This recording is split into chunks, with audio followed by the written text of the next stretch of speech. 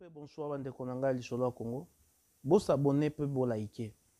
Lelo te kolobela concernant ba musicien na biso oyo ba embelaka Nzambe. Ndenge tolobaka. Lelo na ikaka kopesa ko confirmer que Roger Baka na Jeff Fonge baza vraiment ba vrai prophète. Parce que oyo nyonso balobaka. Oyo nyonso baloba pezali kokokisama malgré ba critique ya bato. Totaki komona makambo Roger Baka lobaka concernant Michel Bakenda. Alobi na moni bino na podium moko na bato wana. Mais nemso na sali erreur. Mais kende soreza bongo kosalela yango te. Mais lelo tomoni Michel Bakenda ayembeli Eric Mandala. Eric Mandala, boss Eric Mandala, dans sa millionnaire. Et Yami Balé, frère Mike Kalambay. Bota la histoire ya frère Mike Kalambay. Bato ba yebie, bakolo ba comportement na ye. Ba prophète baloba, batu neti, ba Jeff Fonge, batu lokola ba prophète mususu baloba. Mais batu bakanisa kiango ezalaka ya lokuta to balingaka bango te. Lelo vérité bimina poisa. Lelo vérité eyebani. Roger Baka loba akoma binemia bato ebele. Mais lelo vérité eza ko triompher. Parlant na lingi koloba nini. Soko na telemi parce que na lingo lobelango te. Mais comme étant un bon chrétien, yangonde biso ba chrétien tous la rabato sentimenté. To yo karape ba prophétie bato misusu. To bondela. Tango mususu ezalaka pe ya solo. Jeff Fonge bato ba fingae. Roger Baka bato ba fingae. Mais lelo to pesi bango raison. Mais tango ba yebisaki biso ezalaki pona nini.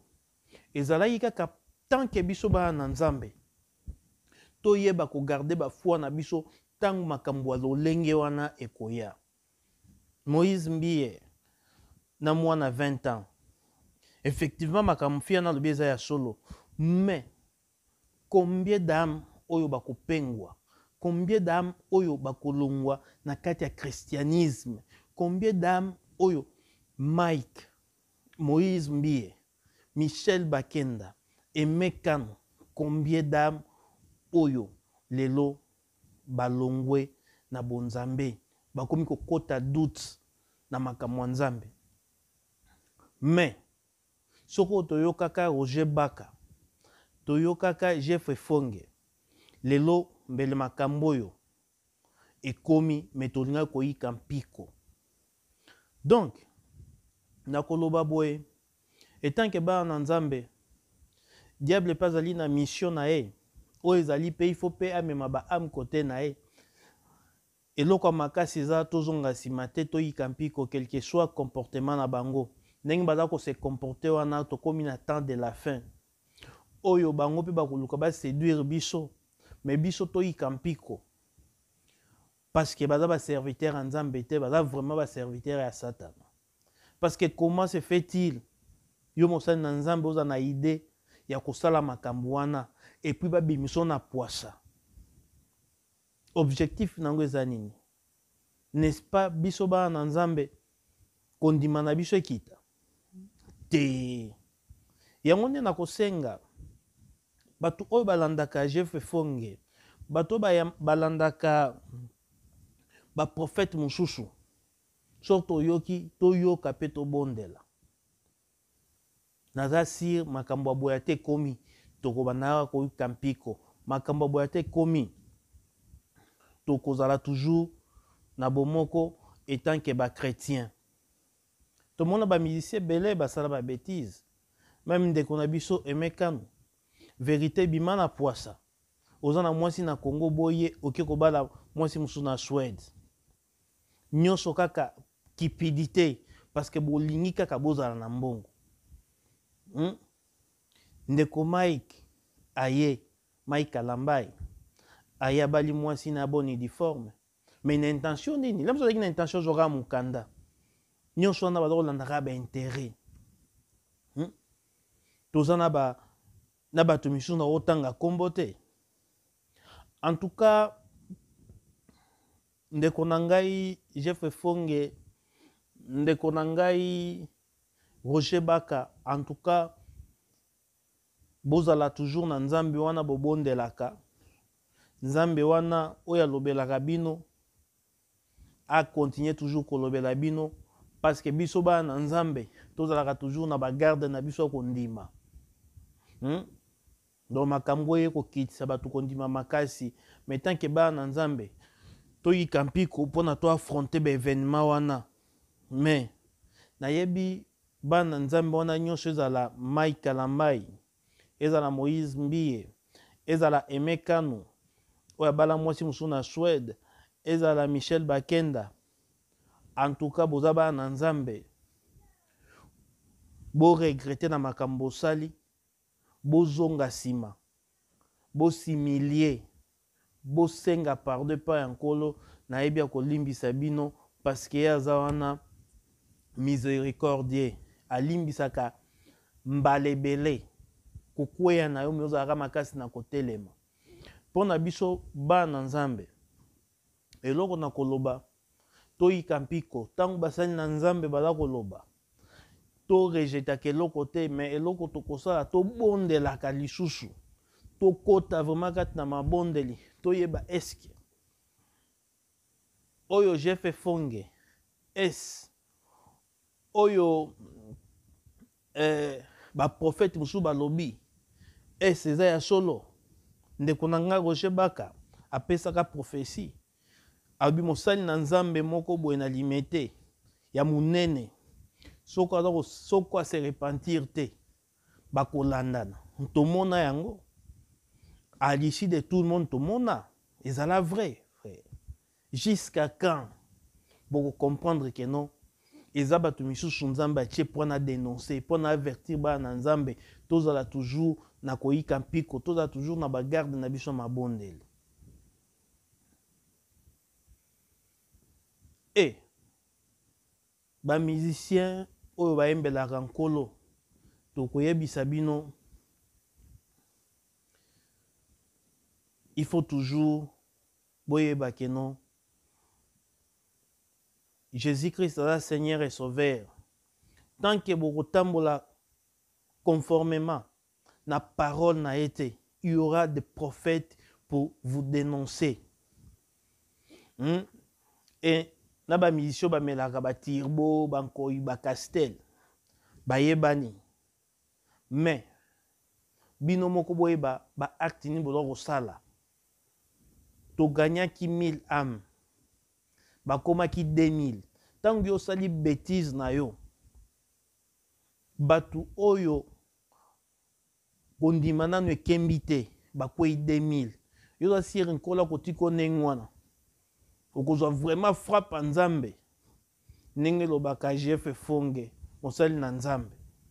Donc nyonso wana il faut biso ba na nzambe tozala wana te mpona kobeta maboko na baerreur na bango, tozala wana mpona kokonscientize bana na nzambe koyebisa bango oyo mpe akwei wana aza mutu le mosu akozala mpe envoya Satan aye juste akwesa kondima na biso. Mais nzambe akotikala nzambe chaque fois ayaka aza koavertir bato à travers basali na ye neti Jeff Efonge, Roger Baka na bato misusu oyo baza baprofete. Mais oyo nga naza komona oyo naza kopalpe eza oyo bato baza koloba na betando ike oyo nga moko nalandaka bango na limemia oyo ekomi lelo oyo ekomi bamusicien chrétien ezali eloko ya sika te, ezali eloko esi elobamaka lelo eza kaka mise en application. Donc tobondela mpo ya basali na nzambe wana Jeff Efonge to bondela pona prophète na biso Roger Baka bakolo ba prophète te mais oyo ba lobby en avance et que salami ba bengango toujours prophétie yango nde bokomona na ba titre wana ya minene na tche Roger Baka image ya munene na tche Jeff Efonge parce que muto bandaki initiative ezalaki Roger Baka et muto aye ko dénoncer parce que mo kindaka pe na ba monde wana Jeff Efonge. Quelle grâce! Oyo ndenge elobaka ndeko na biso Jeff Efonge, quelle grâce! Donc pour ngai personnellement ba frère na ba sœur na biso oyo tondimela Jésus-Christ comme étant Seigneur et Sauveur, to da toujours na ba garde na biso, to landaka toujours ba prophète na biso parce que oyo elinga ko frapper bato belé nzamba zalaka wana pona toujours ko avertir bana na ye ndenge toujours na moment oyo tozali Jeff Efonge Roger Baka baza wana etant que ba garde temple donc sur lika molingo koma balobaka ngo toujours avant bana nzambe toyika mpiko ezate parce que Emekano alaki grand chanteur mais tala aboyi mwasi na ye akyo na Suède à Bali Mike Kalambai malgré ndenge azali aye nayebi te soko alukaki mukanda soko mpe alukaki nini ezaka koluka kaka baintérêt soko tali nyonso eza kocircule tout autour na bango eza kaka likambo ya mbongo eza kaka likambo ya baintérêt makasi. Or que sert-il à un homme de gagner le monde entier s'il perd son âme? Bandeko nanga ba musicien, bandeko nanga ba musicien oyo bayembelaka Nzambe, il faut boyeba mutu apambolaka mutu Nzambe et na ndenge bozali wana toyebi bino bien sur 100%, 80% baza kotambola na kati ya crainte ya Nzambe te. Eloba nango Jeff Efonge Nzamba ko frapper bino. Parce que bolingi ko yako bebisa, bolingi ko pengwisa. Bana Nzambe, c'est pas normal. C'est pas normal. Donc tant que